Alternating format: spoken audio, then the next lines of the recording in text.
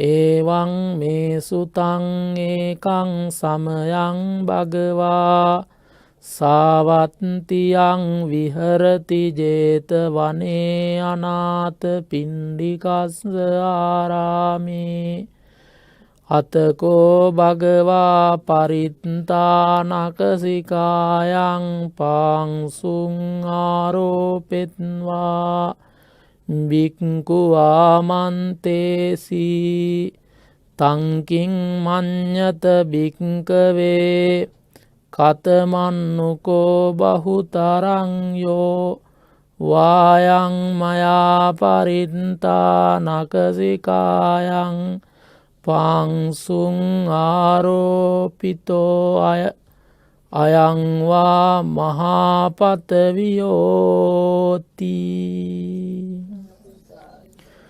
තුන් ලෝකාග්‍ර වූ අරහත් වූ දසබලධාරී සර්වඥ බුදුපියාණන් වහන්සේට අපගේ උත්තම නමස්කාරය වේවා කියලා සාදු කියන්න.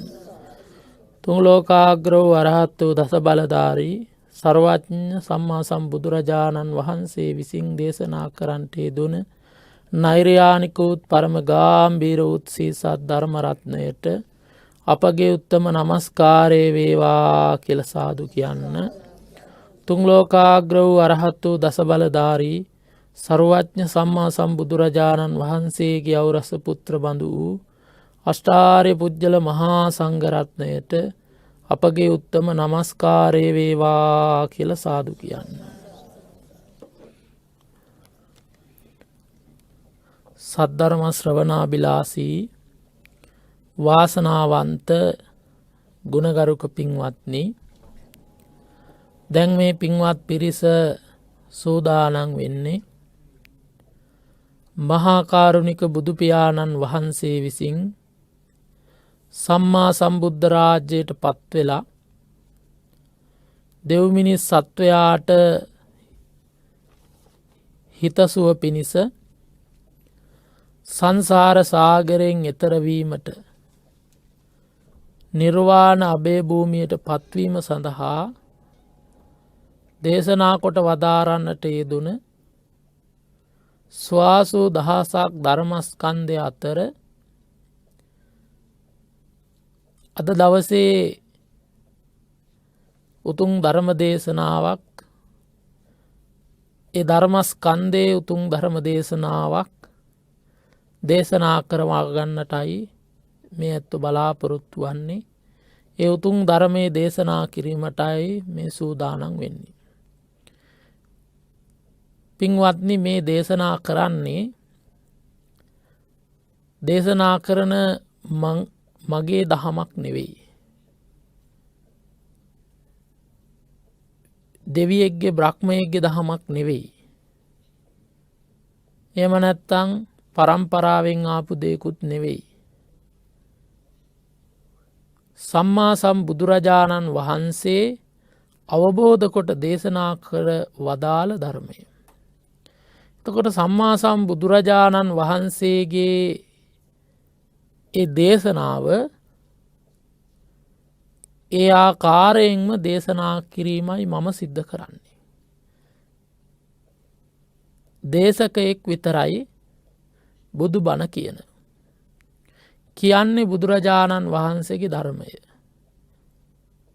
එදා බුදුරජාණන් වහන්සේ දේශනා කොට වදාළ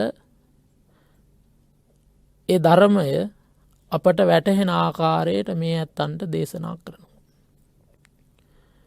මේ පින්වතුන්ලා අප්‍රමාණ ධර්ම ගෞරවයක් ඇති කර ගන්නට ඕන.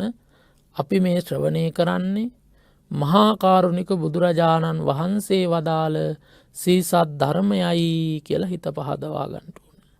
මේ ශ්‍රවණය කරන ධර්මය මේ හැම දෙනාටම මාර්ගඵල ප්‍රතිවේදයෙන් ලෝකෝත්තර නිර්වාණ අවබෝධය පිණිස හේතු වේවා කියන අධිෂ්ඨානය ඇති කරගෙන ධර්ම ශ්‍රවණය කරන හැටියට සිහිපත් කරනවා. විශේෂයෙන්ම සූත්‍ර දේශනාවක් දේශනා කරන්න බලාපොරොත්තු වන්නේ සංයුක්ත නිකායේ අභිසමය සංයුක්තයට අයිති නකසික කියන සූත්‍ර දේශනාව. තමයි මේ ඇත්තන්ට දේශනා කරන්නේ. මේ සූත්‍ර දේශනාවේ අන්තර්ගත වෙන්නේ මේ සංසාරයේ අශෘතව පුතුජනව නැත්තම් සද්ධර්මය අවබෝධ කරගන්න නැතුව ගෙවන ජීවිතයක් තුළ විඳින දුක්ඛස්කන්ධයත් සද්ධර්මය අවබෝධ කර ගැනීම තුළ ඒ කියන්නේ අඩුම සෝවාන් ඵලයට හෝ පත්වීම තුළ ඒ සෝවාන් ඵලලාභී උත්තමයන් වහන්සේ විඳින දුකේ ඊටාම අල්ප ප්‍රමාණයක් සෝවාන් නොවිච්ච කෙනෙක් මහා දුකක් විඳිනවා සසර පුරා සෝවාන් වෙච්ච කෙනා අල්ප දුකක් විඳින්නේ. ආන්ගේ කාරණාව තමයි මේ තුලින් පැහැදිලි වෙන්නේ. ඒවම් මේ සුතං ඒකං සමයං භගවා සාවත්තියං විහෙරති 제තවනේ අනාථපිණ්ඩිකස්ස ආරාමේ. ඒවම් මේ සුතං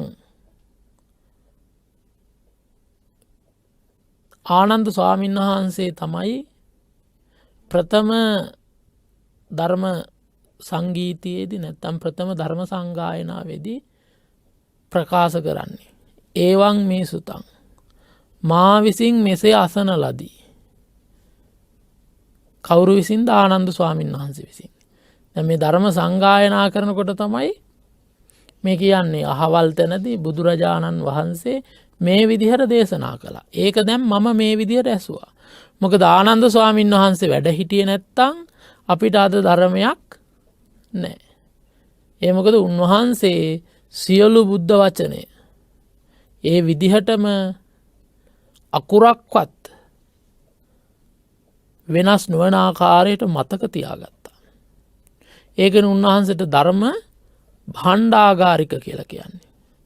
මේ ධර්ම භාණ්ඩාගාරය ආනන්ද ස්වාමීන් වහන්සේ. සසර මහා පින්කම් කරලා මතක ශක්තිය දියුණු කරපු උත්තමයන් වහන්සේ කෙනෙක්. ඉතින් උන්වහන්සේ වදාරනවා මේ විදිහට මා විසින් අසන ලදී. ඒකං සමයං භගවා එක් සමයක භාග්‍යතුන් වහන්සේ සාවත්තියං විහෙරති 제තවනේ අනාථපිණ්ඩිකස්ස ආරාමේ. සවැත් නුවර 제තවනාරාමේ වැඩ වාසය කරන සමයේ තමයි මේ දේශනාව සිද්ධ කරන්නට යෙදුනේ. දැන් ඉතින් මෙහෙම කියනකොට දැන් ඉන්දියාවේ එහෙම ගිහිල්ලා තියෙනවා නම් සවැත් නුවර ගිහිල්ලා තියෙනවා නම් දැන් මතක් වෙනවා. ධම්සභා මණ්ඩපේනේ බුදුරජාණන් වහන්සේ ධර්ම දේශනා කරා. එතකොට ඔන්න දැන් මට නම් හිත එතන තියෙන්නේ දැන් මේ වෙනකොට. මේ බණ කියනකොට. මේ විදිහට බුදුරජාණන් වහන්සේ වැඩ ඉඳිමින් ධර්ම දේශනා කරන්නට ඇති කියන අදහස හිතට එනවා. එතකොට පින්වත්නි බුදුරජාණන් වහන්සේ අතකෝ භගවා ඉක්බිත්තෙන් භාග්‍යවතුන් වහන්සේ පරිත්තං නකසිකායන් පාංසුන් ආරෝපෙත්වා බික්ඛු ආමන්තේසි. ඒ කියන්නේ තමන් වහන්සේගේ නියපිටට පස්වල්පයක් අරගෙන මෙම නියපිටට පස්වල්පයක් අරගෙන බික්ඛු ආමන්තේසි භික්ෂුන් වහන්සේලා ඇමතුවා. කියන්නේ භික්ෂුන් වහන්සේලාට කතා කළා. තංකින් මඤ්ඤත භික්ඛවේ මහණෙනි ඔබලා කුමක් හංගිහුද? ඔබලා මොකක්ද මේ ගැන කියන්නේ? මොකක්ද කල්පනා කරන්නේ? මා විසින් මේ නියපිටට ගත්ත පස් ටිකද වැඩි මේ මහ පොළවේ තියෙන පස් ටිකද කියලා. බුදුරජාණන් වහන්සේ අහනවාර පස් ටික පෙන්නලා. ඉතින් ඒ වෙලාවේදී ඒතදේව බන්තේ බහුතරං යදිදං මහා පඨවි ස්වාමීනි මේ පොළවේ තියෙන පස් තමයි වැඩි. නියපිට තියෙන පස් ටික ඊටාම අල්පයි ඊටාම ස්වල්පයක් තියෙන්නේ. මේ මහ පොළවේ තියෙන පස් තමයි වැඩි. ඒ වෙලාවේදී ඒ භික්ෂුන් වහන්සේලා ප්‍රකාශ කරනවා සියක් කලාවකින් බෙදුවත් ඊට වඩා මෙය නියපිට තියෙන පස් ටික සියක් කලාවකින් බෙදුවත් ඊට වඩා වැඩි. දහස් කලාවකින් බෙදුවත් සතසහස්ස සියක් දහසකින් බෙදුවත් ඒ කියන්නේ සියක් දහස කියන ලක්ෂයක්. ලක්ෂකින් බෙදුවත් ඊට එහා සංඛ්‍යාවකින් බෙදුවත් වැඩි වෙන්නෙම මේ මහා පෘථුවියේ තියෙන මේ පාංශු නැත්තම් පස් තමයි වැඩි කියලා භික්ෂුන් වහන්සේලා උත්තර දෙනවා. ඒ වෙලාවේදී භාග්‍යතුන් වහන්සේ වදාරනවා ඒව මේවකෝ භික්කවේ අරිය ශාවකස්ස දිට්ඨ සම්පන්නස්ස පුද්ගලස්ස මහණෙනි ඒ ආකාරයෙන් ආර්ය ශ්‍රාවක වූ දිට්ඨ සම්පයුක්ත වූ පුජ්‍යලයන්ට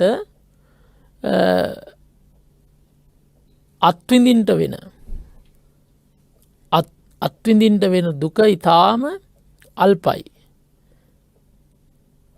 හැබැයි සද්ධර්මය අවබෝධ නොකරගත්ත දිට්ඨි සම්පයුක්ත නොවුන ඒ කියන්නේ පුදුජන සත්වයන්ට විඳින්න තියෙන දුක ප්‍රමාණය සීමා කරන්න බෑ කියලා වදාලා. බුදුරජාණන් වහන්සේ වදාලා මේ මෙතනදී ආර්ය ශාවකස්ස දිට්ඨි සම්පන්නස්ස පුද්ගලස්ස ආර්ය ශ්‍රාවකෝ දිට්ඨි සම්පන්න පුජ්‍යලයා. ඒ කියන්නේ කවුරු ගැනද මේ කියන්නේ? සෝවාන් ඵලයට පත්වෙච්ච ආර්ය ශ්‍රාවකෙක් ගැන කියන්නේ. සෝවාන් වෙච්ච කෙනෙක් ගැන කියන්නේ. දිට්ඨි සම්පයුක්තයි කියලා කියන්නේ සම්මා දිට්ඨියෙන් යුක්තයි. බුද්ධ ආදී උතුමන් වහන්සේලා අවබෝධ කරපු චතුරාර්ය සත්‍ය අවබෝධ කරගත්තා. සෝවාන් ඵලයට පත් වෙනකොට චතුරාර්ය සත්‍ය අවබෝධ කරගන්නවා. සත්‍ය ඥාන වශයෙන් 125ක් පමණ. ඉතින් අන්නේ ආර්යයන් වහන්සේලා නිර්වාණය 125ක් පමණ දැකගත්තා. එතකොට ආන්ගේ උත්තමයන් වහන්සේ ගැන කියන්නේ සෝවාන් ඵලයට පත්වෙච්ච කෙනාට මේ සසරේ ඉදිරි අනාගතයේ විඳින්න තියෙන කොච්චරයිද මේ නියපිටට ගත්ත පස් ටික තරම් බොහොම චුට්ටයි. ඇයි ඒ භාගතුන් වහන්සේම වදාලා ආත්ම 7කින් අනිවාර්යෙන්ම නිවන් දකිනවා. එතකොට තව ආත්ම 7ක දුක විතරයි තියෙන අර නියපිටට ගත්ත පස් ටික වගේ. හැබැයි මාර්ගඵල නොලබපු කෙනාට මොකද වෙන්නේ? මේ මහා පොළොව තරම් දුකක් අනාගතේ විඳින්න තියෙනවා. එහෙනම් ඔබ තාම මේ සීමාවට එන්න හිතලවත් නැති වෙන්න පුළුවන් සමහර විට. ඒ කියන්නේ සෝතාපන්න ඵලයට. ඒ කියන්නේ අනාගතේ මේ ආත්මෙ නෙවෙයි.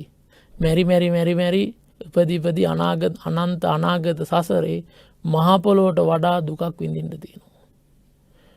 මහා පොළොවට වඩා දුකක් සසරේ වින්දා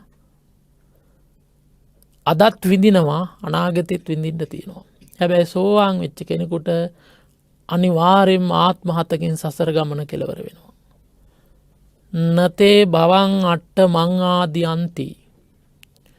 8 වෙනි ආත්මයක් කරා යන්නේ නැහැ කියලා කියනවා. ඒ කියන්නේ ආත්ම 7කින් අනිවාර්යෙන්ම සෝතාපන්න ඵලයට පත්වෙච්ච ආර්ය ශ්‍රාවක දිට්ඨි සම්පන්න පුජ්‍යල තෙමේ නිර්වාණය අවබෝධ කරගන්නවා. එහෙමනම් දැන් පේනවා පින්වත්නි මේ සෝවාන් වීම මොනතරම් වටිනවද? හැබැයි මේක මෙහෙම කිව්වට දැන් මේ කට්ටින් හිතන්න පුළුවන් අපිට ඉතින් ඔය කිව්වට ඉතින් කොච්චර ඔහම දුකක් විඳින්න තියෙනවද කියන එක මේ ඇත්තෝ දන්නේ නැහැ. ඒ සමහරු නැවත ඉපදෙනවා කියන එක විශ්වාස කරන්නේ නැහනේ. ආයි ඉපදෙන්නේ නැහැ. ඊළඟට ගියාත්මයක් තිබ්බද කියලා අහුවොත් එහෙම නැහැ කියනවා සමහරු. දැන් මෙතනත් ඉන්න පුළුවන්. අහුවොත් එහෙම ගියාත්මයක් තිබ්බද ගියාත්මෙ කොහෙද හිටියේ? හිටපු තැන නම් දන්නේ අඩුම ගාන ගියාත්මයක් තිබ්බද කියලාවත් අහුවොත් ඒත් ඉන්නවා විශ්වාස කරන්නේ නැති කට්ටිය. මැරිලා ගිහිල්ලා ලබනාත්මයක ඉපදීමකට යනවද කියලා අහුවොත් විශ්වාස නැහැ සකයි. අන්න එහෙම. මට ඔය එක ඉංජිනේර කෙනෙක් මුණ ගැහුණා. අපි ඔස්ට්‍රේලියාවේ ධර්ම දේශනාවකට ගිය වෙලාවේ එයා එහෙ ඉන්නේ ජීවත් වෙන්නේ. මේ අපේ ලාංකිකයෙක්. මෙයා මොකද කියන්නේ? ඊළඟ ආත්මයක් ඉපදෙනවා කියලා පිළිගන්නේ නැහැ කියලා කියන්නේ මෙයා. නැවත ආත්මයක් නැහැ. ජීවිතයයි ශරීරයයි දෙකම එකක්. මැරුණයින් පස්සේ මේ ශරීරයේ වලල්ලලා දානවා. නැත්තම් ගිනි තියලා දානවා. මොනවා හරි කරලා මේක විනාශ කරාට පස්සේ නැවත ඉතින් ආයෙ ඉපදීමක් කරා යන්නේ නැහැ. මෙතනින් ඉවරයි. හැබැයි දානෙත් දෙනවා. පන්සලටත් එනවා. බණත් අහනවා. අහනවා විතරයි හැබැයි. ඔළුවට ගන්නෑ. එයාගේ අර දෘෂ්ටිය එයාගේ අදහස ඔළුවේ තියාගෙන තමයි අහන්නේ. ඒ මොකද? අර බණ අහනවා දන් දෙනවා ඒව කරන්නේ ඇයි? අර එයාට සමාජෙ ඉන්නත් එපෑ. නැත්තම් හිමීට කැපිලා යනවනේ. ඒ හින්දා අනිත් පිරිස අතර ඒව කරනවා. කරාට අර දෘෂ්ටිය තමයි ඉන්නේ. අන්න බලන්න පින්වත්නි, කෙලින්ම මරණයෙන් පස්සේ නිරේ උපදින්නේ.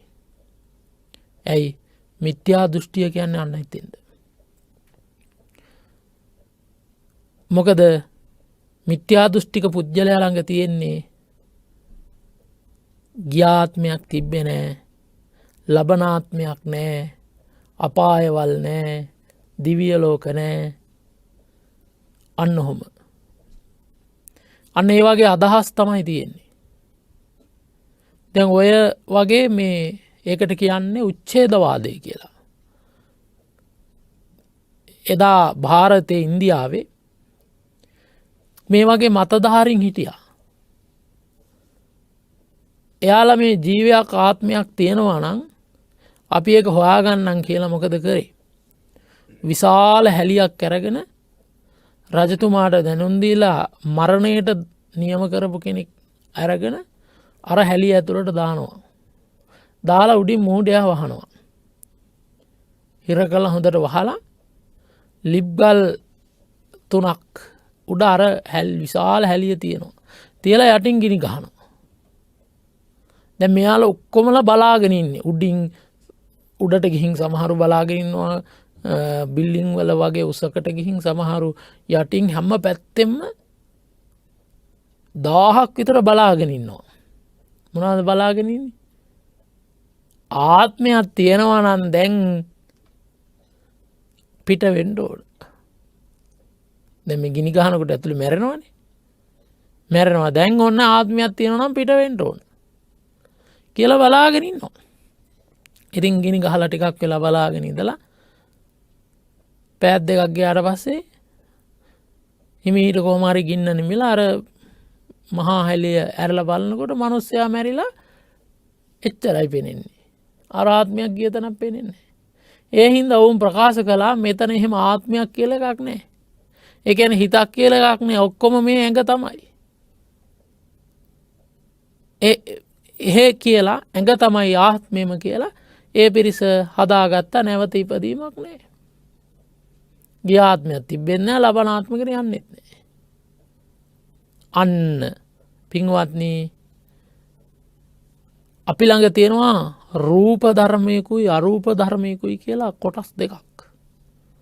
රූප ධර්මය කියන්නේ මේ රූපය. මේ ඇඟ රූප ධර්මය.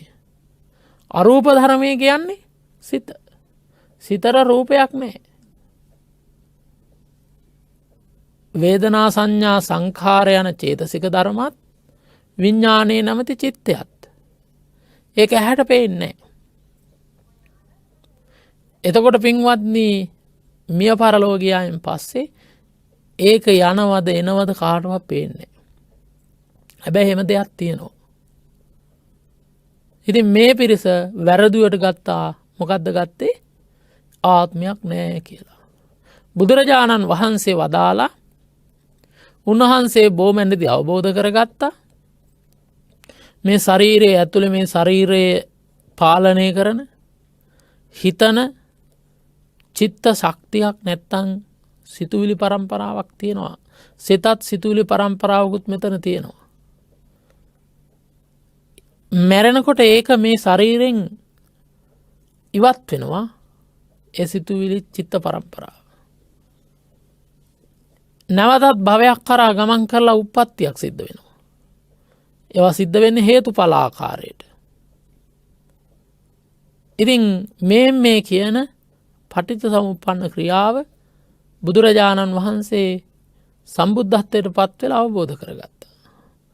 මේක මේ ඇහැට පෙනෙන හෝ එහෙම නැත්නම් අන්වික්ෂයක් වගේ කුඩා උපකරණයකින් හෝ බලන දෙයක් නෙවෙයි. මේක නුවණින් දකින එකක්. ඒකයි ධර්ම රත්නේ අන්තිමේටම තියෙන්නේ මොකද්ද? පච්චත්තං වේදිතබ්බෝ විඤ්ඤූහිති. නුවණැත්තන් විසින් තම නුවණේ ප්‍රමාණයට ප්‍රත්‍යක්ෂ කළ යුතුයි කියන කාරණාව.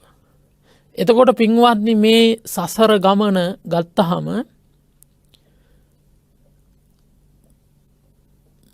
මිය පරලොව යන කෙනෙක් රහත් නොවෙච්ච කෙනෙක් මිය යනවා නම් අනිවාර්යෙන්ම එයාට නැවත භවයක් නැවත උප්පත්තියක් තියෙනවාමයි. ඒක පිළිගත්තත් නැතත් එහෙමමයි. දැන් වර්තමානයේ දිත් සමහර තැන්වලදී ඔප්පු වෙලා තිබෙන ඔය කුඩා ළමයි පෙර ආත්මෙම කියවනවා. ජාති ස්මරණ ඥානෙ පහළ වෙනවා කුඩා කාලෙදී. පෙර ආත්ම දකිනවා. දැන් භාවනා කරලා එහෙමත් දියුණු කරගත්තොත් පුළුවන් පෙර ආත්ම දකින්න. ඉතින් පින්වත්නි මේ සසරේ බුදු පියාණන් වහන්සේ වදාලා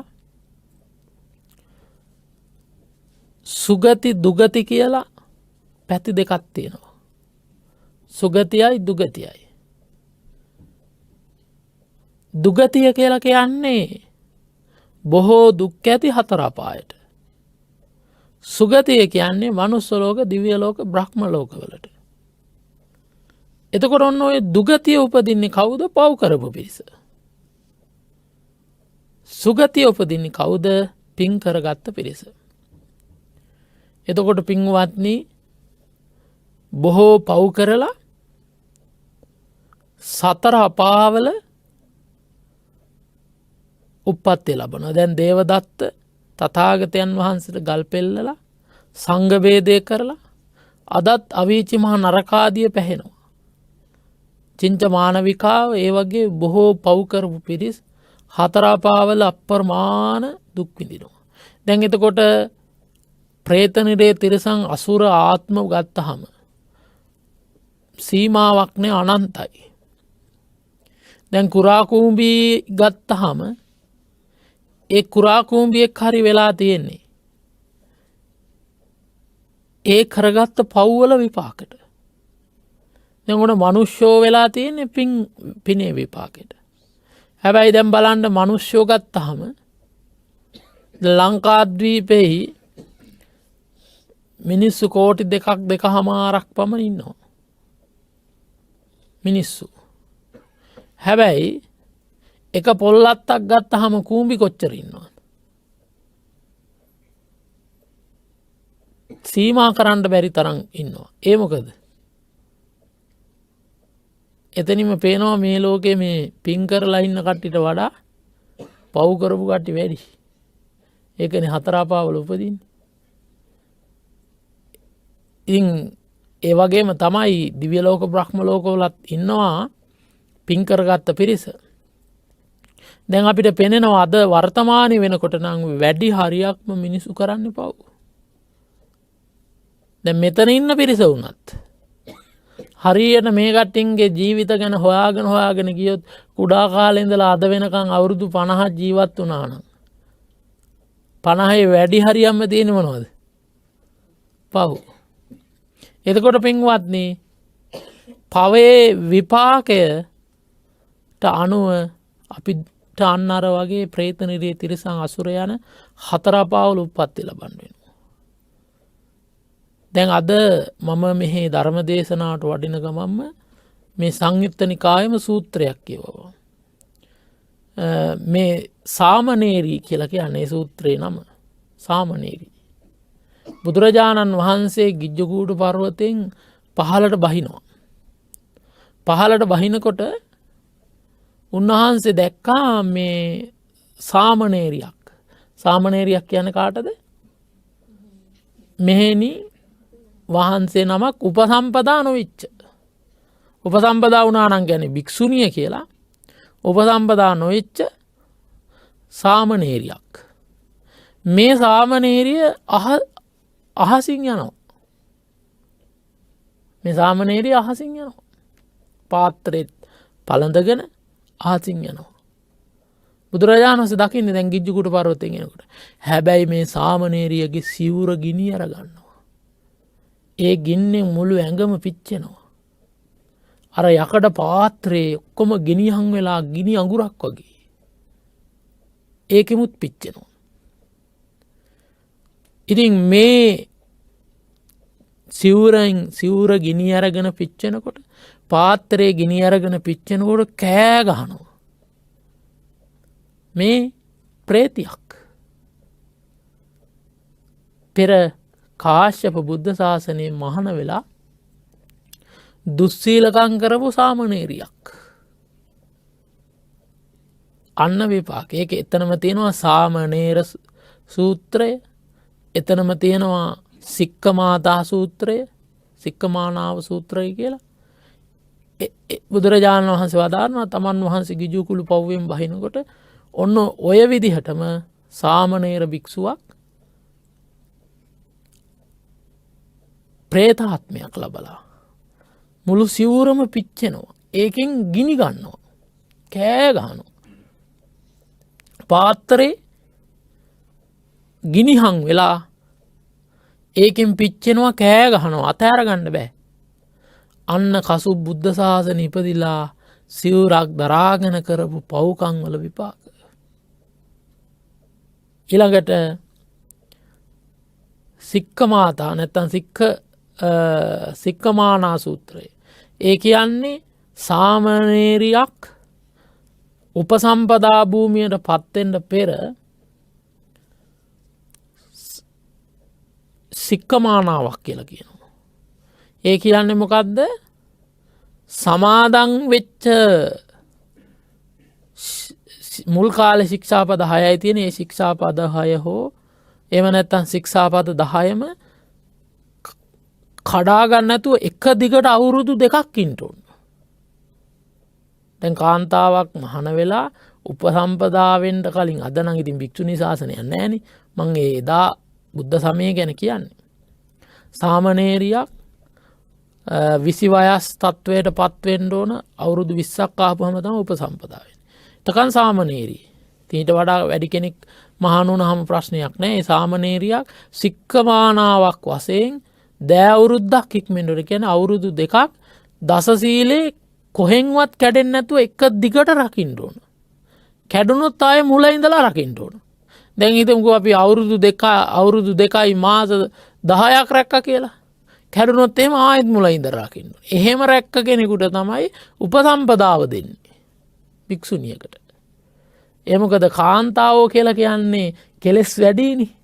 ඒ හින්දා තමයි බුදුරජාණන් වහන්සේ දැන් සාමණේර භික්ෂුවක් කෙලින්ම උපසම්පදා කරනවා. හැබැයි සාමණේරියක් කෙලින්ම උපසම්පදා කරන්නේ සික්කමානාවක් වශයෙන් අවුරුදු 2ක් ශික්ෂාපද 10ක් දීලා ඒ 10 කැඩෙන්නේ නැතුවම රකින්න ඕන. ඉතින් ඒක ගොඩාක් අමාරු කාර්යයක් කසියෙන් ඉන්න කෙනෙකුට. එහෙම රැක්කොත් තමයි උපසම්පදාවක් තියෙන්නේ.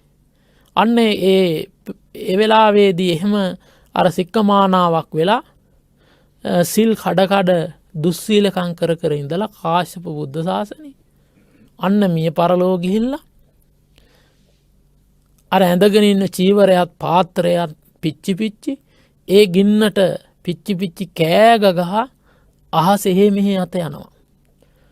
මේක ඇහැට නෙවෙයි පේන්නේ. සම්මා සම්බුදුවරයන් වහන්සේලාගේ ඒ නුවණට නැත්තම් ඒ ඥාණයට පේන්නේ. අන්න වදාලා මේ පෙර ශාසනයේ වැරදි වැඩ දුස්සීලකම් කිරීමේ විපාක. එතකොට මේක භික්ෂුවකට විතරක් නෙවෙයි. භික්ෂුණියකට, සාමණේරියකට, සික්කමානාවකට, සාමණේරියෙකුට පමණක් නෙවෙයි, ගිහි ඇත්තන්ටත් එහෙම තමයි. ගිහි කෙනෙක් වුණත් සත්තු මරමින් ඉන්නවා නම් සොරකම් කරමින් ඉන්නවා නම් අයථා කාමසේවනයේ යෙදෙනවා නම් බොරු කියනවා නම් මත්පැන් මත්කුඩු ආදී පාවිච්චි කරමින් නොමනා ජීවිත ගත කරනවා නම් ආන ඔවුන්ට සසර පුරා මේ ප්‍රේත නිරේ තිරිසන් අසුර ආත්මවල ඉපදලා අනන්ත දුක් විඳින්න වෙනවා. ඉතින් ආන් ඒක හින්දා මොකද කරගන්න ඕන අපි පුළුවන් තරම් පාපයෙන් වැළකෙන්න ඕන පින්වත්නි. එහෙම පාපයෙන් වැළකි අපි කොච්චර මේ පාපයෙන් වැළකීලා හිටියත් අපි මාර්ගඵලයන් ලබා ගත්තේ නැත්නම් කොයි මොහොතක ආය ඔය තැනට වැටෙයිද දන්නේ. ඒ කියන්නේ ආරක්ෂාවක් නෑ. ආන් ඒ නිසා දන් දෙමින් සිල් රකිමින් ශේෂයෙන් භාවනා කරමින් අපි දිට්ඨි සම්පන්න පුද්ගල කියන තැන නැත්තම් සෝතාපන්න ඵලයට පත් වෙන්න ඕන. ඔන්න සෝවාන් වෙච්ච කෙනෙක් ආයෙ පින්වත්නි කවදාවත් චතුහ පායේ හිච විප්පමුත්තෝ. പ്രേත නිරේ තිරසං අසුරයන් අපාවල උපදින්නේ නැහැ. ඔන්න සෝවාන් වෙච්ච කෙනෙක්. උපදින්නේ කොහෙද?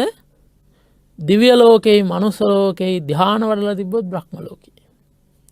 එතකොට ඒ ආත්ම භාව දිව්‍ය ලෝක, දෙව්ලෝ, මනුලෝ පමණක් උපදිනවා. එතකොට බොහෝ දුක් අඩුයි. අපායට සාපේක්ෂව බොහෝ දුක් අඩුයි. හතර අපාය උපදින්නේ. ඊළඟ මනුස්ස ලෝකෙ ඉපදුනත් භයානක විදිහට දැන් සෝවාන් වෙච්ච කෙනෙක් ආයේ මනුස්ස ලෝකෙ ඉපදෙනවා නම් ජාත සෝතාපන්න කෙනෙක් අන්ධ වෙන්නේ නැහැ, ගොළු වෙන්නේ නැහැ, බිහිරි වෙන්නේ නැහැ, මන්ද බුද්ධික වෙන්නේ නැහැ. අඩුපහඩු ඇතු උපදින්නේ. හැබැයි අද ලෝකේ ගත්තාම අපිට කොච්චර පේනවද මන්ද බුද්ධික ළමයි ඉන්නවා, අන්ධ ළමයි, බිහිරි ළමයි, කොර ළමයි.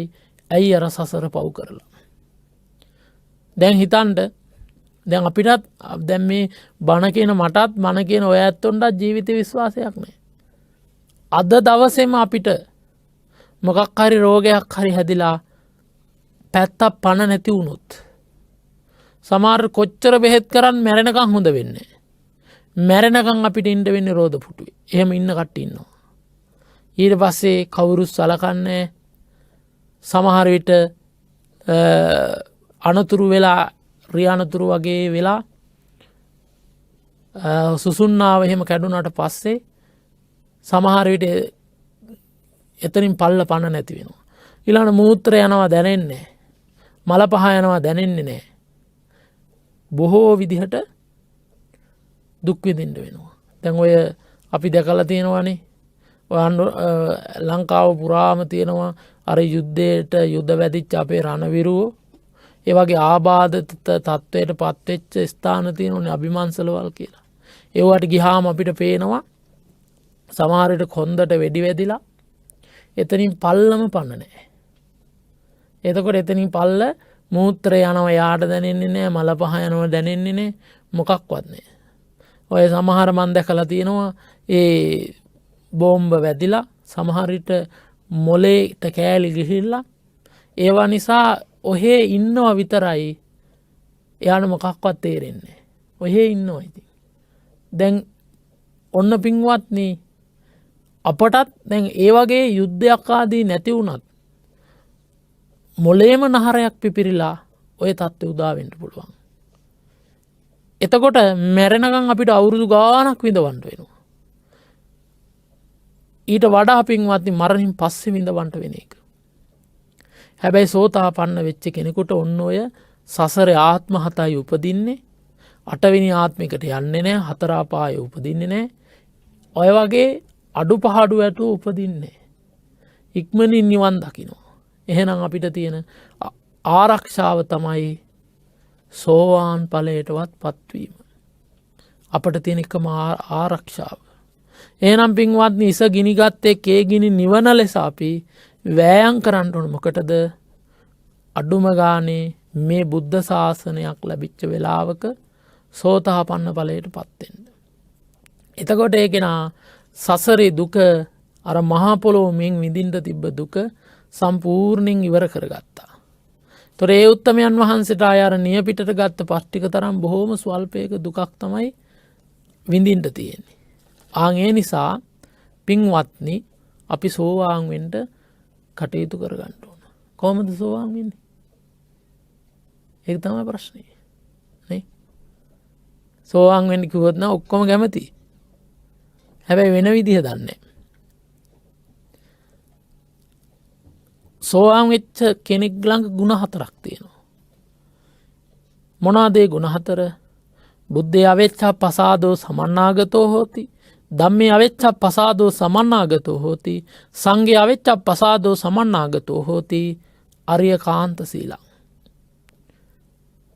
බුදුරජාණන් වහන්සේ පිළිබඳව නොසෙල්වෙන සද්ධාාවක් හිතේ ඇතිවෙන්න ඕන.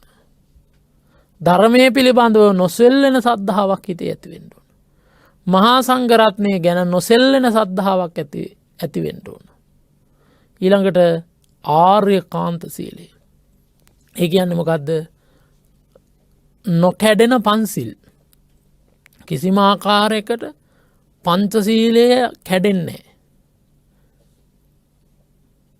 අන්න ඒ කියන ගුණ හතර යමෙක් තුළ පහළ වුණා නම් අන්න යාට කියනවා පින්වත්නි සෝතාපන්න කියලා. දැන් බොහෝ දෙනෙක් ගත්තහම බුදුරජාණන් වහන්සේ කෙරෙහි නොසෙල්ලෙන පැහැදීමක් නෑ. ධර්මය ගැන නොසෙල්ලෙන පැහැදීමක් නෑ. සංඝරත්නය ගැන නොසෙල්ලෙන පැහැදීමක් නෑ. දැන් බුදුරජාණන් වහන්සේ ගැන නොසෙල්ලෙන පැහැදීමක් තිබ්බනං ඒ කෙනෙක් අන්‍යාගමකට යන්න අන්‍යාගමක් වැළඳ ගන්න. දැන් බෞද්ධයෝ වශයෙන් ඉඳලා බොහෝ දෙනෙක් කියනවනේ සමහරට දරුවා පාසලට දාගන්නත් ආගම මාරු කරනවා. සමහරු දරුවා පාසලට දාගන්න කතෝලික ආගමට යනවා. එහෙම ගිය කට්ටිය අපි දන්නවා. ඒ කියන්නේ යාට බුදුරජාණන් වහන්සේ ගැන කිසිම හැඟීමක් නැහැ. ඇයි? බුදුරජාණන් වහන්සේ ගැන දැකලා නැහැ.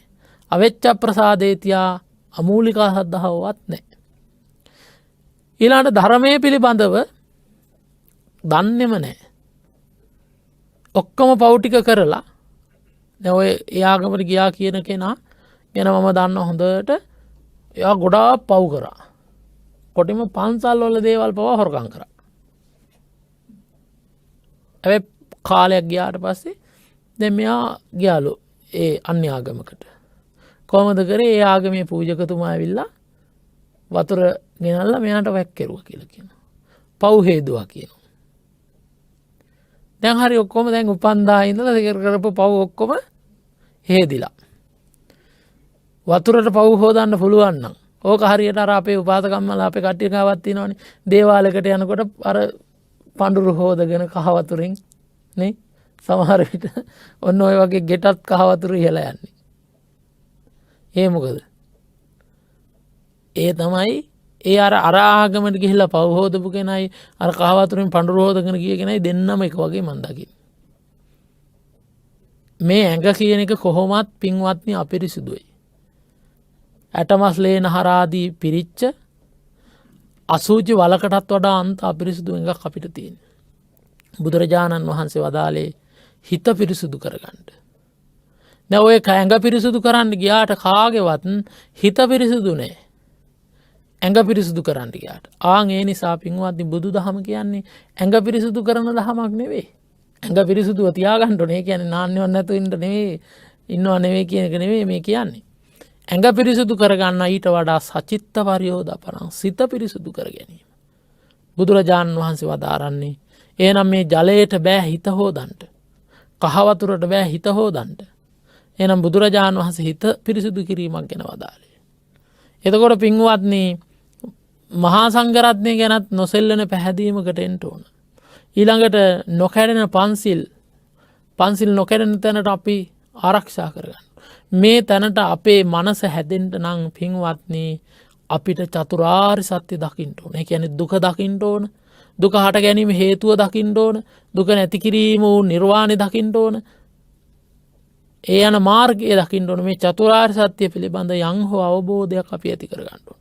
ආන්ගේ අවබෝධය පළවෙනියටම යමෙක්ගේ මනසේ පහළ වෙනවා නම් අන්න එතෙන්ට කියනවා චක්කුං උදපාදි ධම්මස පහළ වුණා කියලා.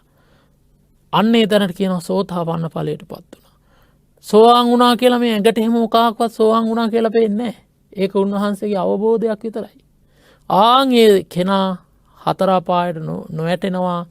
ආත්ම හතකින් අනිවාර්යෙන් නිවන් දකින්නවා.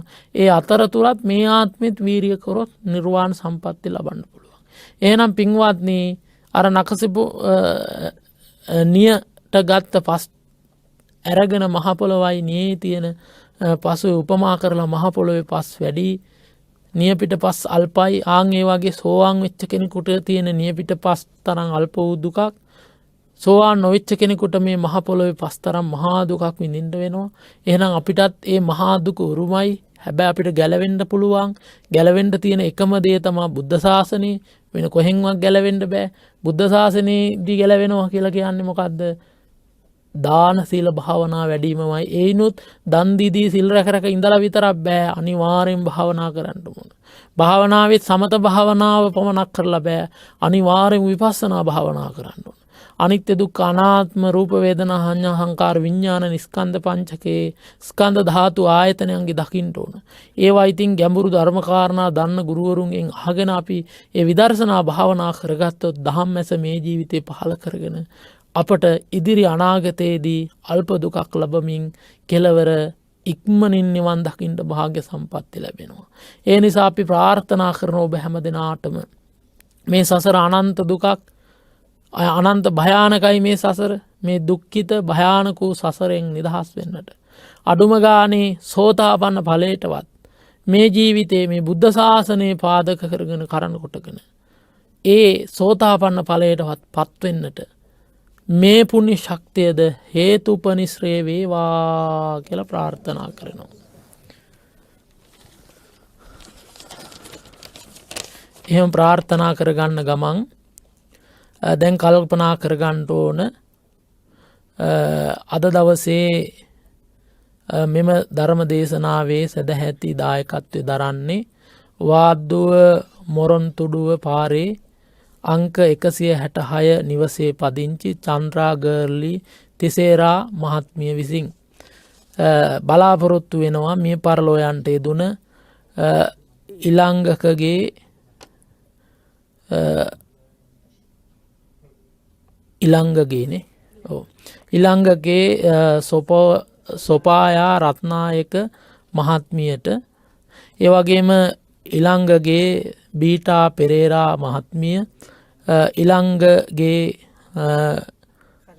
කරලයින් පෙරේරා මහත්මිය සහ සියලුම සහෝදර සහෝදරියන්ට පින් අනුමෝදන් කිරීම නිවන් සොය ප්‍රාර්ථනා කිරීම පවුලේ සියලුම ඥාතීන්ට පින් අනුමෝදන් කොට නිවන් සොය ප්‍රාර්ථනා කිරීමත් සෙත් පැතීමට බලාපොරොත්තු වෙනවා. අද දින උපන්දිනයේ යෙදෙන ශ්‍රී සම්බෝධි විහාරාධිපති අතිපූජ්‍ය බොරලන්දේ වජිරඥාන පින්වත් නායක ස්වාමින් වහන්සේට නිදුක් නිරෝගී සුවපත් භාවයේ ප්‍රාර්ථනා කිරීම එංගලන්තයේ පදිංචි චම්පක වීරක්කොඩි මහතාගේ උපන්දිනයේ නිමිති කොටගෙන නිරෝගී සුවය දීර්ඝායුෂ සම්පන්නිය පැතීම ඒ වගේම බිරිඳ ටෙක්ලා ගයානි මහත්මියට නිරෝගී සුවය දීර්ඝායුෂ ප්‍රාර්ථනා කිරීම ඒ වගේම පුතා අකිල දුව තිලිනි කියන ඒ දරුවන්ගේ අධ්‍යාපන කටයුතු සාර්ථක කර ගැනීමට සෙත් ප්‍රාර්ථනා කිරීම පවුලේ සැමට දීර්ඝායුෂ නිරෝගී සම්පන්නිය ප්‍රාර්ථනා කිරීම දේශකයන් වහන්සේට නිරෝගී සුවය ප්‍රාර්ථනා කිරීම කියන කාරණාවන් හදවතේ ඇති කරගෙනයි අද දවසේ මේ ධර්ම දේශනාවේ දායකත්වයේ ධර්මින් කටයුතු කරන්නට යෙදුනේ. එහෙනම් නම් සඳහන් කළ මිය පරලෝකීය සියලු දෙනාටත් බෞද්ධ නාලිකාවේ නිර්මාතෘ බෝධිසත්ව ගුණෝපේත අපවත් වී වදාළ දරණාගම කුසල ධම්ම පින්වත් නායක ස්වාමින් වහන්සේට මිය පරලෝකීය ඒ ස්වාමින් වහන්සේලාට ඒ වගේම ඔබ හැම දෙනාගේම ඥාතීන්ට රණවිරුවන්ට මේ පින් නිවන් පිණිස වේවා කියලා ප්‍රාර්ථනා කරමු. දෙවියන්ටත් මේ පින් අනුමෝදන් වේවා. දෙවියන් සතුටටපත් වේවා. දිව්‍ය තේජස් දියුණු කරගනිත්වා. දෙවියන් දුතුන් නිවනින් සැනසෙත්වා කියලා ප්‍රාර්ථනා කරමු. අවීචිය පටන් භවාග්‍රය දක්වා ඉන්න හැම දිනාටත් මේ පින් පෙත් අනුමෝදන් වේවා. ඒ වගේම අද දින උපන්දිනයේ යෙදෙන සම්බෝධි විහාරාධිපති අතිපූජනීය බොරලන්දේ වජිරඥාන ස්වාමීන්ද්‍රයන් වහන්සේටත් නිදුක් නිරෝගී සුවපත් භාවය සැලසේවා කියලා ප්‍රාර්ථනා කරනවා. ඒ වගේම විශේෂයෙන්ම ඒ එංගලන්තයේ සිටින චම්පක වීරක්කොඩි මහතාගේ උපන්දිනයටත් මේ පුණ්‍ය ශක්තිය අනුමෝදන් වීම තුලින් සිත සාන්තිය සැලසේවා කියලා ප්‍රාර්ථනා කරනවා. ඒ වගේම අවසාන වශයෙන් බෞද්ධ මාධ්‍ය ජාලයේ කාර්ය මණ්ඩලයටත් මේ නම් සඳහන් කළ නොකළ සියලු දෙනාටත් ඒ සියලු අභිප්‍රායන් මස්තක ප්‍රාප්ත කරගන්නට මේ පුණ්‍ය ශක්තිය හේතු වේවා. ඒ වගේම දායකත්වයේ දරන චන්ද්‍රා ගර්ලි තිසේරා මහත්මිය ප්‍රධාන ඔබ හැම දෙනාටත් ලෞතුරු නිවන් සුවය පිණිස මේ පින් හේතු වාසනා වේවා කියලා ප්‍රාර්ථනා කරගන්න. ආකාසට්ටාච බුම්මට්ටා දේවා නාග මහිද්దికා පුඤ්ඤන්තං අනුමෝදිත්වා චිරන් රක්ඛන්තු බුද්ධ ශාසනං චිරන් රක්ඛන්තු බුද්ධ දේශනං චිරන් රක්ඛන්තු බුද්ධ ශාවකන්ති. ධර්ම ශ්‍රවණානිසංසෙන්